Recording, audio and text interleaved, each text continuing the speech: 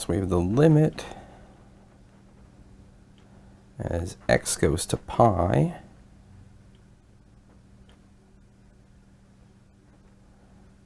of x squared minus 2x plus 1 over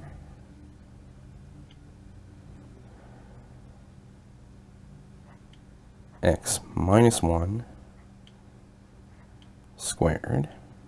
And so for this one, we don't have a 0 in the denominator when we just plug in the pi, so we can actually plug that in for all of these. But I'm going to go ahead and FOIL this thing out here. So the denominator becomes x squared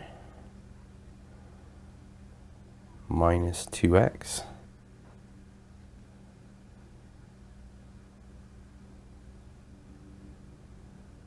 plus 1.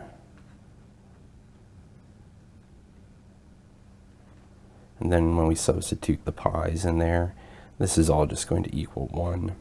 So then